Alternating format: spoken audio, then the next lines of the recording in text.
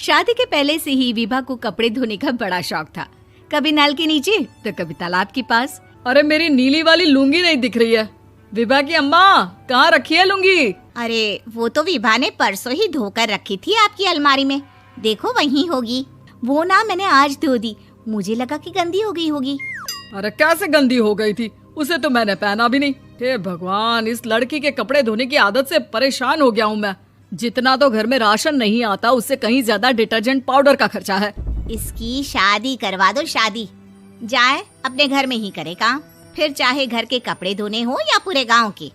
हाँ ठीक बोल रही हो, देखता हूँ मैं कोई लड़का। वो दिन भी आ जाता है जब विभा को देखने लड़के वाले आ जाते हैं। लड़की मुझे अच्छी लगी। होने वाली सास कहती है, बेटी अगर कुछ पूछना है तो पूछ लो। वैसे तो हमारी लड़की बहुत ही शर्मीली है, जो बोल दो वो मान लेती है, इसे क्या पूछना होगा। अरे कैसी बात कर रही हो माँ, मुझे इन लोगों के घर रहना है, सवाल तो कई है। हाँ हाँ बेटा, पूछ लो ना, क्या पूछना है।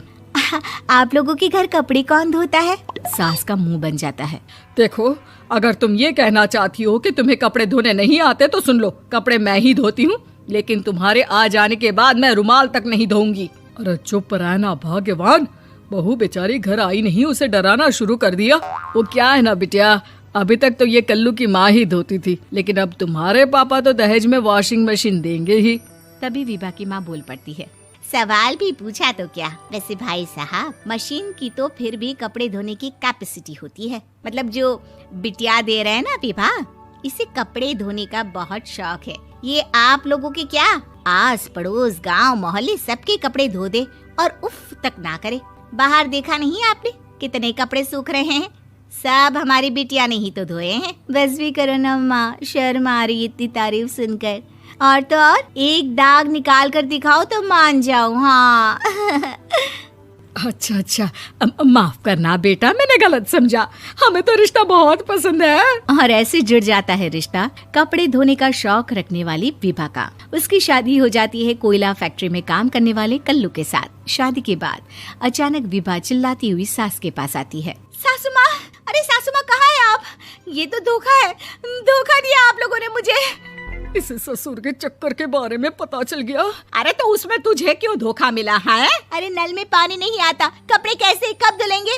अच्छा अच्छा, तू पानी नहीं आ रहा उसकी बात कर रही है। तो आपने क्या सोचा? कुछ नहीं। अच्छा हाँ, तेरी माँ ने कहा था कि कपड़े धोने का शौक है तुझे, याद आया मुझे। शौक शौक बोलकर कपड़े धोने वाले मेरे जुनून को कम ना आके सासू माँ, कपड़ा धोना मेरा गुरूर है।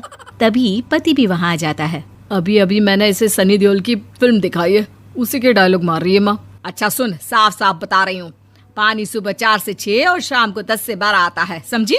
विभा टाइमिंग सुनकर हैरान हो जाती है। ये क्या भूतों का मोहल्ला है? सुबह 4 बजे उठकर कौन कपड़े धोता है? 4 बजे टंकी में पानी जाता है, फिर सारा दिन धोना ना, किसने मना किया?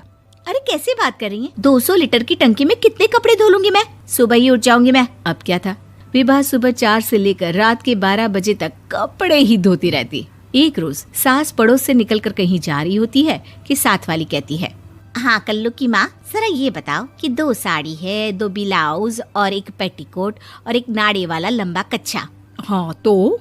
अरे तो क्या, कितना लोगी धुलाई ये बताओ। धोबन दिख रहे हैं हम क्या? हमारे पति सरकारी नौकरी से अभी अभी रिटायर हुए हैं और बेटा सुपरवाइजर है कोयला फैक्ट्री में। धोबन समझ रखा है हमें। हाय रे कल्लू की अम्मा, माफ कर दो, वो तो मोहल्ले में यही सब बता रहे थे कि तुमने बहू को कपड़ा धुलवाने के काम में लगा दिया है। सास को पड़ोसन की बात सुनकर गुस्सा आ जाता है। वो घर पहुंचती है जहां घर के बाहर ही इतने सारे कपड़े सूख रहे होते हैं जितने कि किसी धोबन के घर पर। अरे ओ कल्लू की दुल्हन, बाहर निकल। माँ जी यहीं आ जाओ, बाथरूम में चादर धो रहे हैं हम। अरे अभी हम धोते हैं, तुमको बाहर निकलो। ये आस पड़ोस वाले बोल रहे हैं कि हम बहू से कपड़े धुलवा धुलवा कर उसे कपड़ा धोने वाली बना दिए हैं। अरे छोड़ो ना माँ जी, किन लोगों की बातों में आती हो? आस पास के लोगों का तो काम ही होता है कि वो किसी तरह सास बहू को लड़ा दे। बहू सारे घर के कपड़े धोती है, ये क्या कम है? बोलिए। सास को भी लग जाता है कि वो बहू का ये सनकीपन नहीं छुड़वा सकती, इससे अच्छा है कि खुद ही चुप हो जाए। एक रोज सास और बहू मंदिर जाते हैं, जहाँ सास की साड़ी वहाँ खड़ी भीख मांगने वाली से मिलती है। माँ जी क्या बात है, आपकी साड़ी उस भिखारन से कितनी मिल रही है ना? हाँ हाँ, देखो तो दोनों की साड़ी मिल रही है। क्या बात है कल्लू की अम्मा, तुम खुद को तो अफसर की बीवी बताती हो और ऐसी सिंपल सी प्लेन साड़ी पहनकर घूमती हो। सिंपल और प्लेन नहीं है ये साड़ी। तो क्या सोने के धागे से फूल बने हैं? कुछ भी सासू माँ, कुछ भी। हाँ, बने थे इस साड़ी में सोने के धागे से फूल। मेरे पति लेकर आए थे मद्रास से स्पेशली मेरे लिए 10,000 की। ताहे भाई साहब इस भिखारन के लिए भी सेम टू सेम साड़ी लेकर आए होंगे 10,000 की।